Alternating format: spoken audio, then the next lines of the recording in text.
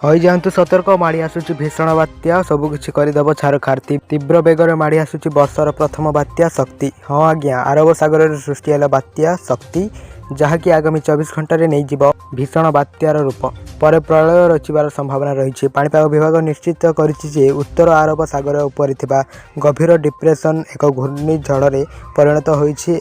दक्षिण पश्चिम दिगक गति करिब एवं आगामी 24 घंटा मध्य एक भयंकर घूर्णिझड़ में परिणत होब। आईएमडी पूर्व सूचना देइथिला जे उत्तर पूर्व अरब सागर उपर एक गभीर डिप्रेशन 12 किलोमीटर बेगर पश्चिम उत्तर पश्चिम आड़ को गति करुछि। गभीर डिप्रेशन आईएमडी अनुसार अधिकांश सांख्यिक पाणीपाग पूर्वानुमान मॉडल सूचाई दिए जे उत्तर पूर्व अरब सागर उपर एक गभीर डिप्रेशन उत्तर पूर्व एवं संलग्न उत्तर पश्चिम अरब सागर उपर एक लूप भाव में गति करुथिबार संभावना रही, जहाँ आहरी तीव्र होई एक भयंकर घूर्णिझड़ में परिणत हो पारे। घूर्णिझड़र नाम कहीं रखागला शक्ति। नामटी 2004 मसीह बंगोपसागर एवं अरब सागर में घूर्णिझड़ पर प्रतिष्ठित एक आंचलिक नामकरण प्रणाली अनुसरण करे। तो यह थिला आज पाणीपाग अपडेट। वीडियोटी को शेष पर्यंत देखिबार धन्यवाद। यही पाणीपागर लाटेस्ट अपडेट पाइबापी आम चैनल को एवं सब्सक्राइब कर पाखरे आसुवा बेल आइकन को देवे ऑल उपर क्लिक कर रखुँ, जहाँद्वारा जब भी जेकोसी लाटेस्ट पाणीपागर अपडेट आपण मैंने आम चैनल माध्यम सर्वप्रथम देखिपारे। Bureau report news network Odia.